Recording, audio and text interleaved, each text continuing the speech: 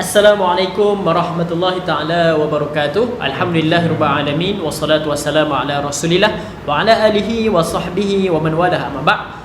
Jadi apa khabar semua kepada para followers laman rasmi Kaedah Haraki? Apa khabar kawan-kawan kita yang daripada Semenanjung Malaysia, pada Sabah, Sarawak dan juga daripada luar negara iaitu kat mana? Macam jauh sangat. Padahal dekat je, dekat Singapura dan juga di Brunei. Kita ucapkan ahlan wa sahlan wa marhaban minkum kepada anda semua ke dalam slot kita pada hari ini, iaitu surah Al-Kahfi lah.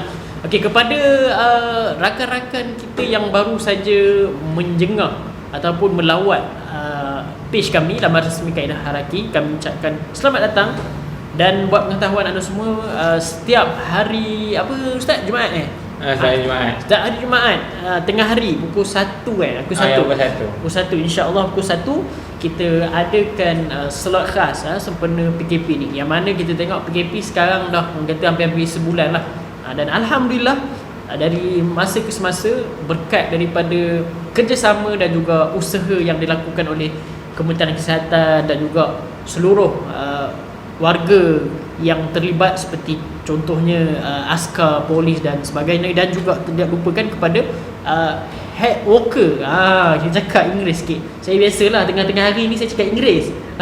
Head worker ke headcare. Kita ucapkan terima kasih banyak-banyak dan juga tahniah kerana anda berjaya melakukan dengan yang terbaik, sehingga kini kita punya jumlah kematian kita tak meningkat terlalu mendadak, dan juga kita punya kes baru tak menjangkau ke 3 angka, hanya kepada 2 angka. Kita doakan agar apa yang anda semua lakukan ini dibalas oleh Allah SWT dan dikira sebagai amal baik. Okey, dan hari ini saya seperti biasa saya ditemani oleh sahabat karib saya, iaitu Ustaz Karul Ishfaq, yang mana beliau akan memimpin kita dalam membaca surah Al-Kahfi. Okey, kita akan baca surah Al-Kahfi, bukan baca satu surah. Kalau kita baca satu surah, alamatnya esok baru kita habis.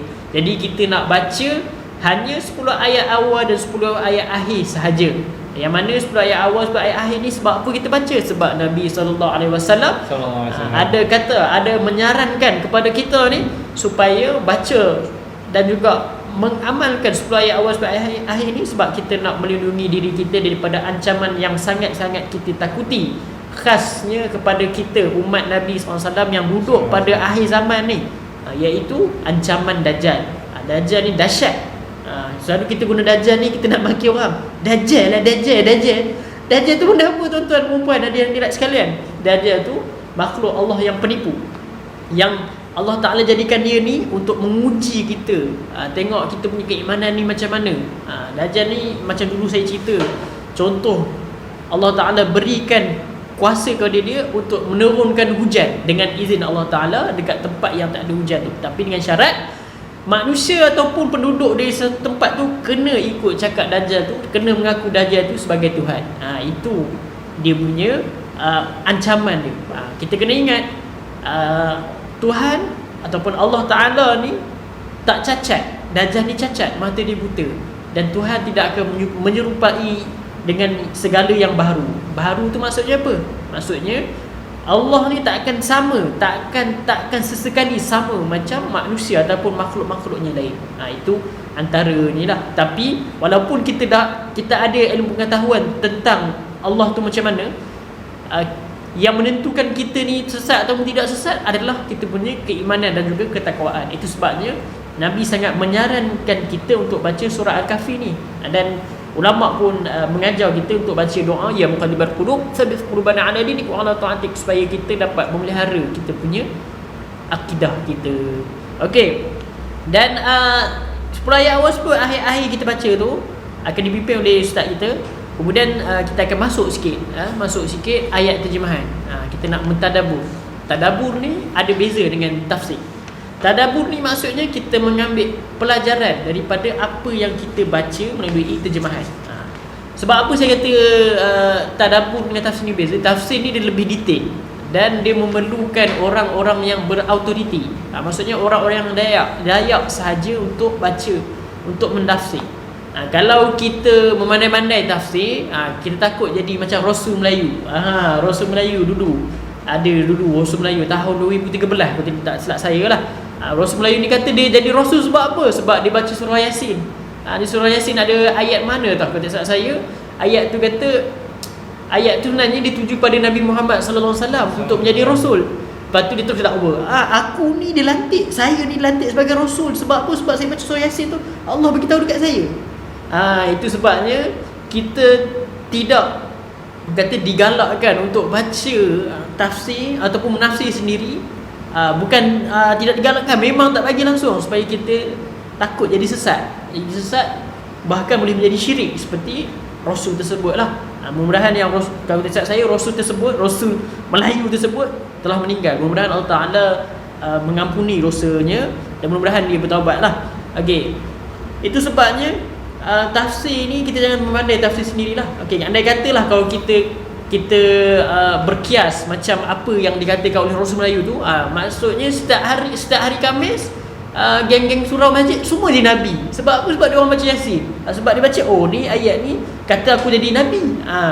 Itu sebabnya kita jangan bermudah-mudah lah untuk kita menafsir. Kita kena belajar lah. Lain pula dengan tadabbur ni kita hanya mengambil pengajaran untuk diri kita. Okey, jadi kita akan tadabbur ayat 45 hingga 49 pada hari inilah. Sama juga Ustaz Ishfaq akan baca ayat dalam Al-Quran ataupun ayat bahasa Arab, kemudian saya akan baca bahasa Melayu lah. Dan saya merujuk kitab tafsir surah Al-Kahfi yang dikarang oleh Datuk Seri Tuan Guru Haji Abdul Hadi Awang. Dan saya bukan nak ajar tafsir ke apa, tidak. Kita hanya nak ambil pengajaran. Sebab kita selalu rajin baca Quran, rajin banyak baca Quran, tapi kita tak faham. Jadi satu kerugian lah sebab kita tak faham. Kan Nabi ada kata, taraktu fikum amroini lan tadilu ma tamassaktum bihima kitaballah wa sunnah Nabi. Mudah fahamnya maksud dia, Nabi tinggal dua benda. Pusaka Nabi SAW tinggal kepada umat Islam dua benda, iaitu Al-Quran dan Sunnah. Kalau kita ikut Quran Sunnah ni, insya-Allah kita tak akan sesat lah. Cuma Al-Quran, macam mana kita nak dapat orang kata keberkatannya, ataupun macam mana kita nak faham betul-betul kalau kita hanya baca bahasa Arab sahaja. Jadi satu kerugian lah. Sebab Al-Quran ni banyak hikmahnya, dia banyak benda yang tersirat dan tersurat. Tapi bila kita cakap pasal hikmah, ulama-ulama Melayu kita ni, sebab apa dia sangat menyarankan kita baca Al-Quran ni walaupun kita tak faham? Sebab kalau Al-Quran ni antara keberkatannya lah, kalau kita tengok Al-Quran pun kita dapat pahala. Kita baca satu huruf 10 pahala walaupun kita tak faham. Itu antara keberkatan Al-Quran lah. Ni saya kata opening ataupun intro lama sikit. Sebab apa? Kita nak tunggu kawan-kawan kita untuk masuk dalam kita punya siaran hari ni lah. Buat pengetahuan semua, kita bersiaran hari ni dekat studio Haraki. Jadi bos, kita boleh teruskan ke bos? Agak-agak ramai ya bos mata tu. Boleh ya bos? Okey, baik, insya-Allah. Jadi tanpa masa, kita mempersilakan Ustaz Ishfaq untuk mengambil alih lah kita punya bacaan kita pada hari ni. Okey, silakan Ustaz Ishfaq. Muka surat berapa dan ayat apa? Sila. Muka surat 293. 293. Itu rupa 293 tu. Tengok.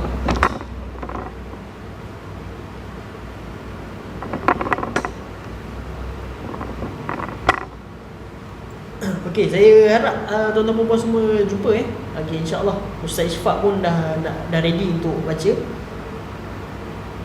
Okey.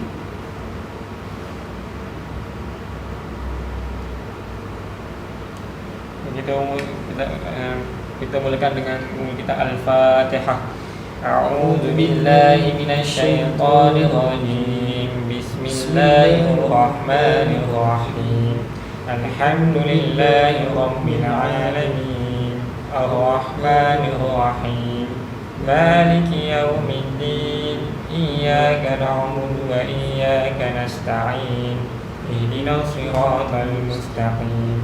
صراط الذين أنعمت عليهم غير المغضوب عليهم ولا الضالين Bismillahirrahmanirrahim.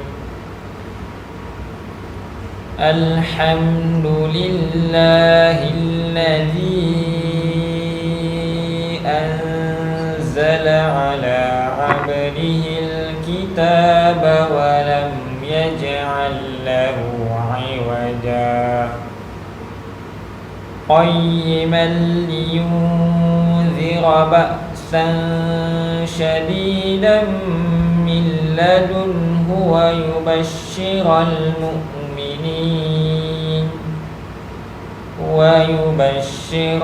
mu'minin alladhina la ya'lamu ويبشر المؤمنين الذين يعملون الصالحات أن لهم أجرا حسنا ماكثين فيه أبدا وينذر الذين قالوا اتخذ الله ولدا ما لهم به من علم ولا لآبائهم كبرت كلمة تخرج من أفواههم إن يقولون إلا كذبا فلعلك باخع نفسك على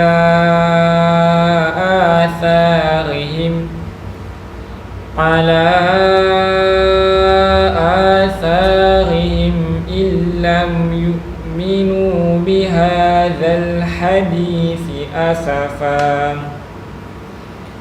إنا جعلنا ما على الأرض زينة لها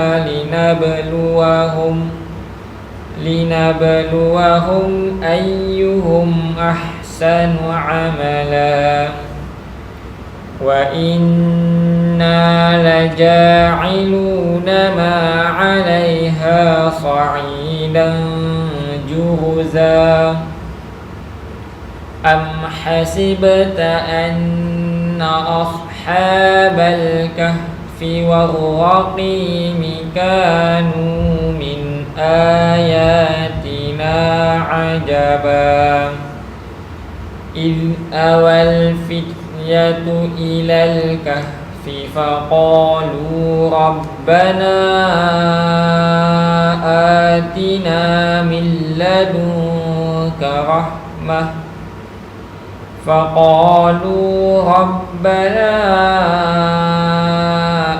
آتنا من لدنك رحمة وهيئ لنا من أمرنا رشدا. Kesurat, kesurat sebelum akhir kesurat sebuah ayat akhir kesurat 302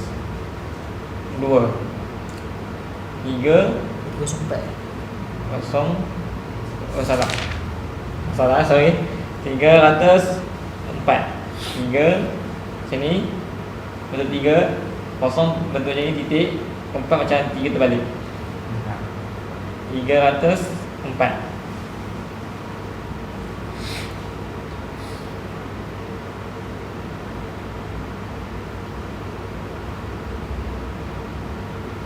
Dan kita mulakan ayat dengan ayat dia 101. Ini 101. Ini kita mulakan dengan ayat muka. Alladzina kanat a'yunuhum fi ghida'in 'an dhikri wa kanu la yastati'una sam'a afahasibal ladzina kafaru an yattakhidhu 'ibadi min duni أولياء إنا أعتدنا جهنم للكافرين نزلا قل هل ننبئكم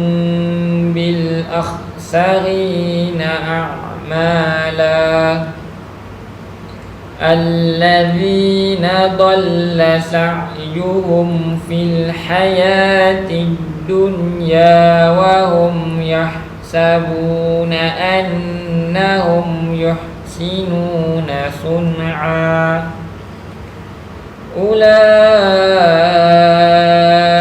الذين كفروا بآيات ربهم ولقائه فحبطت أعمالهم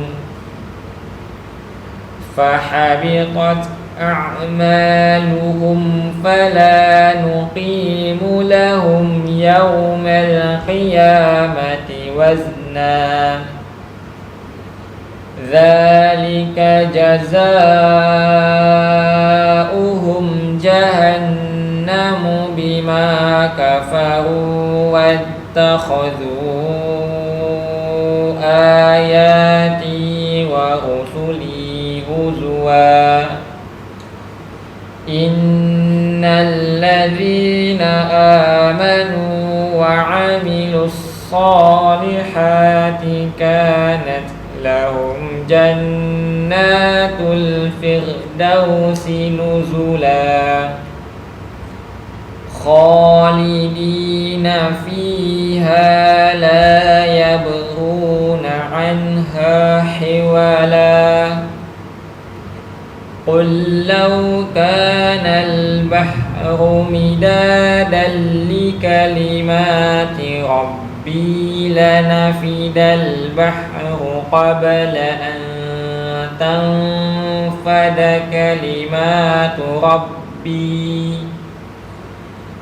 لنفد البحر قبل أن تنفد كلمات ربي ولو جئنا بمثله مددا قل إنما أنا بشر مثلكم يوحى إلي أنما إلهكم إله واحد فمن كان يرجو لقاء ربه فليعمل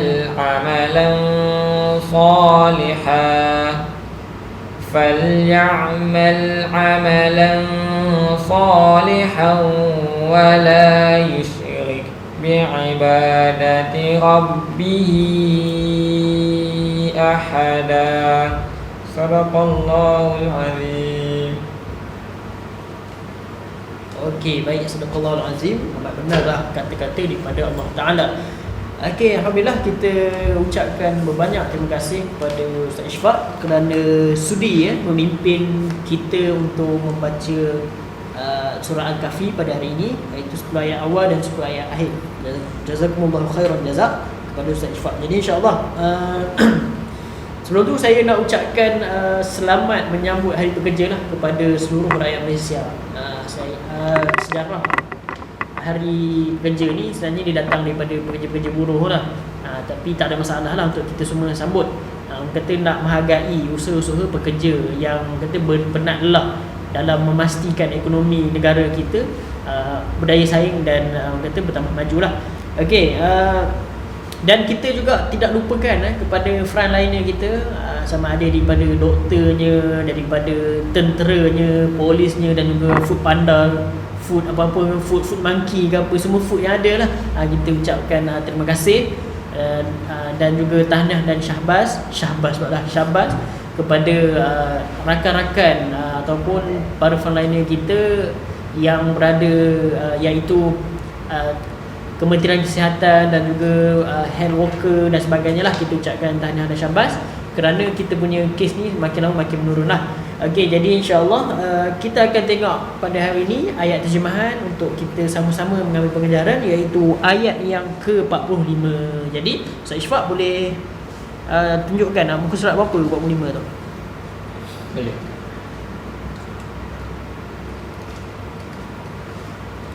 Muka surat ayat yang 45 kan. Ayat 45. Surah Al-Kahfi juga. Surah Al-Kahfi juga. Surah Al-Kahfi, tapi ayat dia 45. Surah Al-Kahfi. Surah yang ke-18. Ni. Ayatnya 45 tadi Ustaz Nabi cakap 45. Muka suratnya adalah 298. Dua bentuk macam ni. Ni bentuk 2. Yang ni 9. Yang ni 8. 298.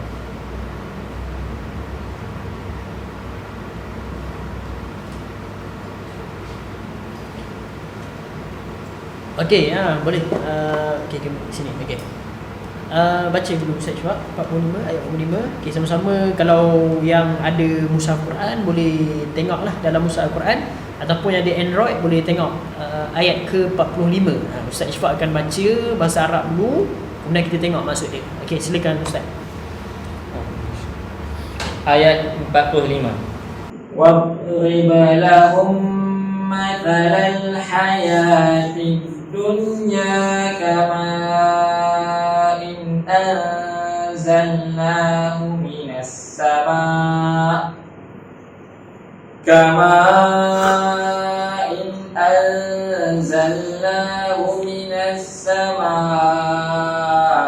فاختلط به نبات الأرض فأصبح هشيما تذكره الرياح وكان الله على كل شيء مقتدرا. Okey, kita tengok ayat 45. Maksudnya, dan berilah perumpamaan kepada mereka kehidupan di dunia ini samalah seperti air hujan yang kami turunkan dari langit, maka menjadi subur kerananya tumbuh-tumbuhan di muka bumi. Kemudian tumbuh-tumbuhan itu menjadi kering, lalu diterbangkan oleh angin, dan adalah Allah Ta'ala itu maha berkuasa di atas tiap-tiap sesuatu. Okey, kalau kita tengok ayat 45 ini adalah kita rentetan ataupun ada kaitan dengan ayat yang lepas kita baca ayat 46. Mana ayat 46 yang cerita orang kafir yang kaya juga orang miskin yang beriman. Okey, kat sini ayat 45 ini Allah Ta'ala mengikut kata guru kita, 45 ni dia khas tuju kepada pembesar-pembesar Quraisy yang belagak, yang sombong, kerana mereka ni ada banyak harta. Yang mereka ingat dengan harta yang banyak ni mereka tidak akan dikalahkan. Itu Allah Ta'ala suruh buat perumpamaan sebagaimana air hujan. Hujan dia akan turun dan akan menyebabkan tumbuh-tumbuhan itu subur. Tapi dalam masa nanti tumbuh-tumbuhan itu akan kering kontak apabila tiba masanya, iaitu musim kemarau. Bila jadi musim kemarau, tumbuh-tumbuhan itu akan mati. Dan mati, dia akan ditiup oleh angin dan berterbangan ibarat debu-debu. Itu sama juga lah dengan harta. Satu hari walaupun kita dah rasa kita berada dalam kemuncak kekayaan, tapi satu hari nanti kita akan jatuh dan segala harta benda kita akan terhapus ataupun akan hilang sebegitu saja. Sama seperti debu-debu yang ditiup oleh angin. Itu sekarang Ustaz ayat seterusnya. Ayat 46. المال والبنون زينة الحياة الدنيا والباقيات الصالحات خير عند ربك ثوابا وخير عملا. Itu ayat 46 pula, maksudnya harta dan anak-anak adalah hiasan kehidupan dunia, tetapi amal-amal yang kekal lagi soleh itulah yang baik di sisi Tuhanmu dari segi pahalanya dan sebaik-baik harapan dan cita-cita. Okey, ayat 46 ni kalau kita tengok ya, harta ni dan anak-anak adalah perhiasan dunia. Tapi Allah Taala kata apa yang lebih baik, apa yang lebih baik iaitu amal-amal yang kekal. Amal-amal yang kekal tu macam mana? Okey, sebagai contohnya kalau kita ada buat kata khidmat masyarakat ataupun infak. Kalau contoh infak lah, mudah cerita. Infak ni pahala dia berterusan selagi mana orang memanfaatkan apa yang kita dermakan ataupun yang kongsikan ataupun kita wakafkan lah. Contoh lah, kita bina masjid surau ya. Ada orang buka apa slot untuk siapa nak join masjid surau ni, nak bina masjid surau ni. InsyaAllah kalau sudah di mana ada orang solat dalam surau tu, ada orang buat macam tu, insya-Allah pahala itu akan berterusan kepada kita. Itu antara amal-amal yang kekal. Lagi satu ada saya ada hadis yang mengatakan 3 amalan yang amalan akan jalankan kecuali 3 benda, iaitu anak yang soleh yang mendoakan kita, yang kedua ilmu yang faham. Ilmu yang faham. Contoh ilmu yang faham itu macam mana? Contohlah kalau kita mengajar anak kita naik motor kan. Anak kita naik motor tu lalu dia dah kuasai motor tu, dia jadi pelumba MotoGP. Adakah dia tetap kan? Dia gunakan motor tu untuk dia pergi sebarkan dakwah ataupun menuntut ilmu. Itu pahala itu akan dapat kepada kita lah sebab dia manfaat. Dan yang ketiga benda Ustaz, saya ingat yang pertama tadi apa? Anak soleh. Ilmu manfaat. Yang ketiga harta yang diwakafkan. Itu antara yang kata amalan yang akan kekal lah selagi mana orang yang memanfaatkannya lah. Okey, dan anak-anak ni dia bukan sahaja boleh jadi orang kata perhiasan sebelum mati, perhiasan kita sebelum mati, tapi boleh juga bermanfaat kepada kita. Macam saya cerita tadi tu lah, anak yang soleh yang sentiasa mendoakan kita. Itu adalah contohnya. Itu sebabnya kita kena mengajar anak kita ni supaya jadi soleh, bukan jadi toleh. Jadi soleh supaya mereka ni satu dapat membantu kita lah, of course lah Yang kedua, supaya mereka ni dapat kita memberi manfaat kepada umat dan juga dapat menyebarkan Islam. Okey. Yang seterusnya Ustaz, seteruskan bacaan ayat 47. Ayat 47. Wa yawma nusayyirul jibala wa taral arda barizatan wa hasyarnahum falam nughadir minhum ahada. Okey, ayat 47 ni maksudnya apa? Dan ingatlah akan hari kami terbangkan dan jalankan gunung ganak dan kamu akan melihat bumi ini menjadi rata. Dan kami kumpulkan semua manusia dan kami tidak akan tinggalkan seorang pun dalam kalangan mereka. Jadi ayat 47 ni Tuan Guru kita Pak Bujuri dah cerita perihal mengenai hari kiamat, dahsyatnya kiamat ni. Gunung boleh runtuh. Cuba kita bayangkan Gunung Everest, Gunung Everest yang gunung tertinggi di dunia pun boleh hancur, lebur. Dan hanya kata tinggal bumi saja. Tinggal bumi maksudnya apa? Tinggal macam lantai ni kosong saja. Itu antara kekuasaan Allah Ta'ala. Itu kata dahsyatnya hari kiamat. Okey, seterusnya. Ayat 48. Wa'uridu ala rabbika saffan laqad ji'tumuna kama khalaqnakum awwala marrah bal za'amtum an lan naj'ala lakum maw'ida.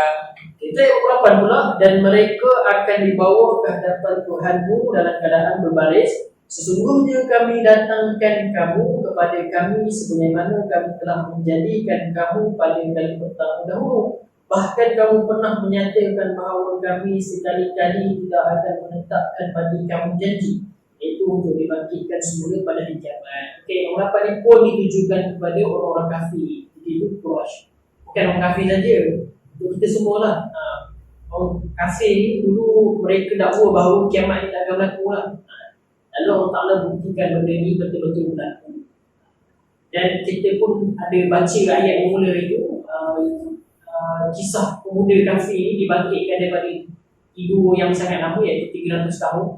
300 tahun dengan saya, yang mana zaman selepas 300 tahun tu mereka dah beriman lah. Raja dan juga ada setengah golongan lah, mereka ni bertelagak lah kata macam mana manusia dibangkitkan waktu hari kiamat ni. Adakah waktu dia dalam keadaan macam mana, adakah keadaan waktu dia mati ataupun keadaan yang sedia ada, maksudnya dia jadi rupa bentuk manusia. Jadi antara hikmah budak kafir ni ditidurkan selama 3 tahun ni, Allah Ta'ala nak tunjukkan bahawa nanti kiamat nanti rupa macam asal kafir tu lah. Maksudnya kita akan bangkit dalam keadaan yang lengkap, sempurna macam manusia sekarang, macam kita hidup sekarang ni lah. Tapi dia bergantung pada amalan kita lah. Ada yang tak tertelanjang, ada yang duduk dalam kutub, itu bergantung pada amalan kita lah. Okey, dan ayat orang pada juga adalah janji Allah Ta'ala bahawa kiamat tu pasti akan berlaku. Teruskan ayat 49. وَوُضِعَ الْكِتَابُ فَتَرَى الْمُجْرِمِينَ مُشْفِقِينَ مِمَّا فِيهِ وَيَقُولُونَ يَا